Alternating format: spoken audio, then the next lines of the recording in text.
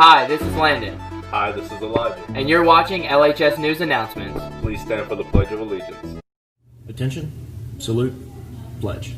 I pledge allegiance to the flag of the United States of America and to the republic for which it stands, one nation, under God, indivisible, with liberty and justice for all.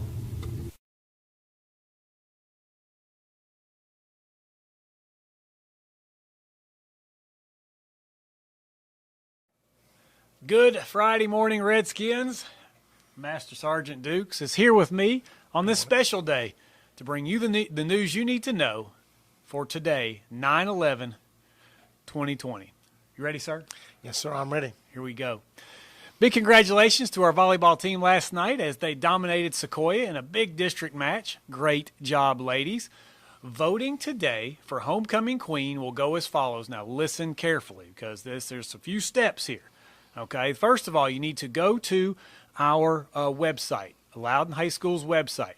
Hover over the Academics tab and click on Library. The voting will take place under the Library tab. It's easy to get to, but it takes a couple clicks. Teachers, please send Ms. Correa your numbers for the last dress-up day by the end of 4th block today. Students have been hard at work at decorating their photo booths for homecoming. In between classes, find your booth and take some pictures. Use those things up. They spend a lot of time on them, guys. If you post them, use the hashtag LHS plus the year you graduate. You think you can handle that? I think so. Okay. LHS plus the year you graduate, and do the whole year, like 2021 instead of just 21. Anyway, here we go. Photo booths need to be taken to the field for display before the end of the day. Neat little thing going on today, guys. At 3 o'clock today, our band will be filling the halls with some traditional pep rally music. We're not able to do our traditional pep rally, but the band is going to be moving up and down the hallways while you're in class. Please remain in your class to listen, but that will be a cool opportunity for us to get ready for the game tonight. We would like to invite everyone to come to the homecoming parade tonight, and it will begin at 6. Lots of cool homecoming festivities this evening. Ladies interested in playing softball for the Lady Redskins, there will be a meeting today at noon in the back of the auditorium. That's today at noon, in the back of the auditorium. All ladies interested in softball should attend. Tonight's a big night in Redskin country, as you well know, as we celebrate homecoming. We honor our seniors for senior night on the football team, the cheerleaders, the LHS NJROTC. That's us. That's right. And, of course, the Pride of the Redskins marching band. We will salute all of those seniors for the great work they have done and will continue to do until they graduate. Make it a point to come out tonight and help us honor these individuals. Students, the theme for the Redskin Nation student section tonight is USA, properly placed there as we will honor 9/11. Come dressed in your red, white, and blue for the game tonight. Best of luck to our football Redskins as they take the fight to the Chiefs of Sequoia. Here's to returning Monday with a perfect 4-0 record and a big homecoming win. From Miss Hicks, any junior or senior who received a National Honor Society eligibility letter and would like to apply must submit his or her name online on his or her application online, by this Sunday night. So by the time we return on Monday, that'll be over with. Please get that done if you're interested in National Honor Society. And now, the time we have all waited for. Here we go. All right. Mr. Top. Yes. Master Sergeant Dukes. Welcome. Thank you. It is an honor to have you here. Those of you that don't know him, please get to know him. What an amazing individual. Thanks. We know you as Top. Yeah. Master Sergeant David Dukes is your real name. Right. Good morning, sir. First and foremost, thank you for your service to our country, not just on a day like today, 9/11, but Sure. thank you every single day for what you've done and those like you have done for us. I appreciate that, but I'd like to put out a special shout out to all those who are forward deployed right now as we speak and still protecting our country. So those are the heroes right now. Do you know of any students that we've had, I hate to put you on the spot, but any students you know of, Loudon alumni that are out there right now that are deployed? Not that I'm trying to think. I think most of mine have come back, so they're not out there right now. Not off the top of my head right now, to be honest Sorry to with put you on the My spot. son was out there, though, so I can say my son just got back from a deployment in the Mediterranean, Saudi Arabia, and in Africa, and he just got back about a month ago or so. Wow. So Wow. he came back safe. So tell us the branch of service that you served in and how long you served. So I was in the United States Marine Corps for 24 years. So And I think all of the students in here and Ms. Peterson Right. would agree that we thank you for everything you've done. So can you let us in on the secret of how you became named top? So in the Marine Corps, I was a Master Sergeant, and the nickname for a Master Sergeant in the Marine Corps is Top, the top sergeant, the number one dude. Wow. Which really I wasn't. That's just, I like to believe I was, but I wasn't. Right, so, but Top was it. And ironically, though, some Master Sergeants get really mad if you call them Top because they don't like that name. Me, I didn't care, so I'm fine. Interesting. And how long have you been teaching at Loudon High School? This is my 20th year here at Loudon High School. I picked it up as I really thought it was going to be a temporary gig for me. I was waiting for another job, and I was doing a year, and here it is 20 years later. So you came in what year?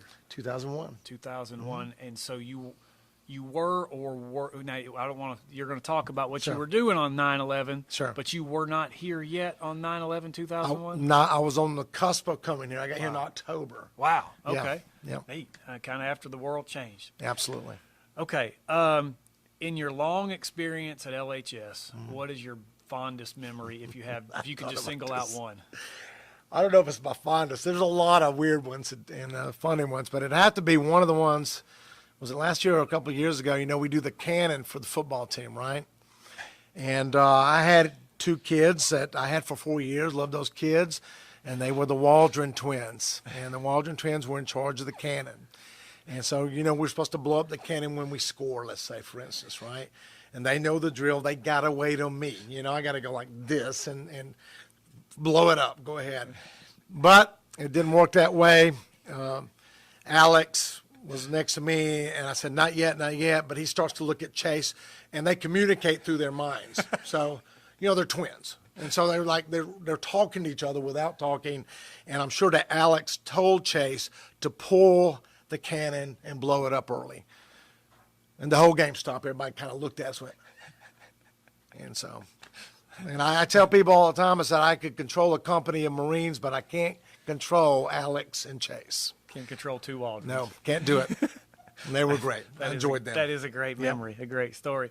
All right, so before we move on to seriousness and remembering Sure. those who lost their lives in the events of 9/11, is there anything else you'd like to add regarding anyone here on campus, or maybe a specific coach, or anything like that? I'm a little distressed, Redskin Nation. We've been doing really good this year. It's been seriously, it's not being funny. I think the student body's done a great job, and teachers have done a great job under these circumstances. I'm really proud of our whole organization, and including the football team, which is very successful right now. But I'm a little concerned right now. We all know that Coach Herrig is probably the best coach ever. I would agree with that. He's great. But he's having some difficulty right now because his team, Ohio State, they're not playing football this year. And, and I understand, up north is a little bit different than down here, and, we're playing. The SEC's playing. The Big 12's playing. Pac-12's not playing. They're with them. And he's very sad. So he's decided that when he's not here, he is hidden in a bunker at his house. And you cannot talk to him about football. So I want you Redskins to reach out to Coach Herrig. I don't know about the hug thing because we're in this COVID deal, right? You can pat him on the back and say, I'm with you, Coach Herrig. I'm with you. Thank you. Yes, sir. That means a lot to me that you would I almost broke a tear just then. care enough for your Yes. peers like that. Okay. Anyway. Top, today is the anniversary of the events that took place on September 11, 2001. I don't think we have one student in this building that was alive on that morning, Maybe I'm wrong. I'm sure I'll get corrected on that, but I don't think we do. I was teaching my class at Eaton Elementary School on that morning, and I will never forget it. Master Sergeant Dukes, I'm going to turn this over to you to speak to our students and staff about the importance of this day. Yeah, sure. So I'll tell you my personal experience. I had just retired from the Marine Corps, and I was actually fishing on the Rappahannock River in Virginia, Fredericksburg, Virginia, close to my home at the time. But me and a buddy of mine were fishing, and we were fishing for most of the morning, and all of a sudden I see this woman coming toward us, and it's his wife, my buddy's wife, and she was crying. And we didn't know anything. We didn't, this is really, there were phones, but I didn't have a phone back then, back in there. So we didn't know anything. You couldn't check your phone or anything. So we knew nothing, cut it short. She told us all about it. It was horrible. My older son, who's a Marine now, he was in elementary school, and so I drove as fast as I could to get to home, and they decided to keep all the kids in place, so there was no panic or anything, because we really thought that there was an entire attack on the United States. That's what we thought in our minds, not just what happened. And we didn't know I didn't know hardly anything, so, but it was horrible, and of course we found out everything that happened, and, later on, and through history we found that out. I've got a little snippet here I want to kind of read to you a little bit about it. I'll try to keep it short. It's pretty important. No, it's important as Americans and as citizens and residents of this country that we know our history like this, even though you weren't alive. It's important for us. Like my generation, we remember Pearl Harbor, which was a horrible attack, during World War II. But we weren't alive either, so we were taught this, basically. So I think we should continue to remember our history. So I've got a little snippet here, and I'll read this off. I don't want to bore you, but this is about 9/11. Take your time. Thank you. During the September 11 attacks of 2001, 2,977 people died. 19 Islamic hijackers committed murder-suicide, and more than 6,000 others were injured.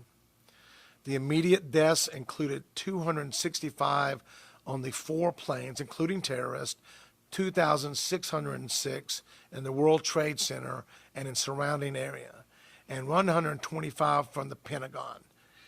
The attacks were the deadliest terrorist attack in world history, and the most devastating foreign attack on the United States soil since the attack of Pearl Harbor on December 7th, 1941. Most of those who perished were civilians, except for 343 firefighters and 71 law enforcement officers. So we must remember them as well. So the age of death ranged from 3 years old to 80 plus years old of those who we lost. Families were lost, whole families were lost, kids were lost, fathers, mothers, everybody was lost in that time. So it's important for us to commemorate. And I've got a little story here. There's a lot of unsung heroes, and I want to talk about this guy real quick. His name is Rick Rescorla, excuse me. He was, one hero was a man called Rick Rescorla, a retired Army officer who got a job as a director of security at Morgan Stanley in the towers. All right. He anticipated air attacks due to the vulnerable nature of the building and pleaded with the firm to find a new office space. This is before the attack.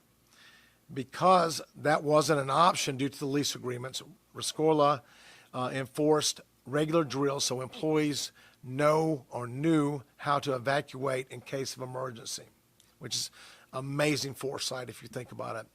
On 9/11, Rescorla was supposed to be home, but he was covering for a co-worker.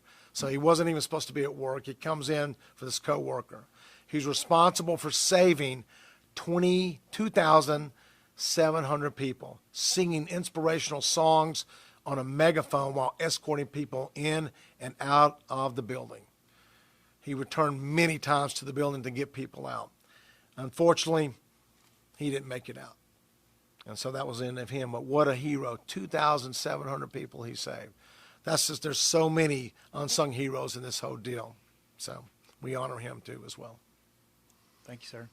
Top, I can't tell you how much of an honor it has been to have you. I can't tell you how much of an honor it is to have you and Major in our school every Thank day. you. I What appreciate a great it. addition you are to we're our lucky school. we're lucky to be at this great school. We love it here. I can't think of a better way for our students to understand the importance of this day and the freedoms that folks like you and Major have fought for over the years. Thank you, sir. Thank you.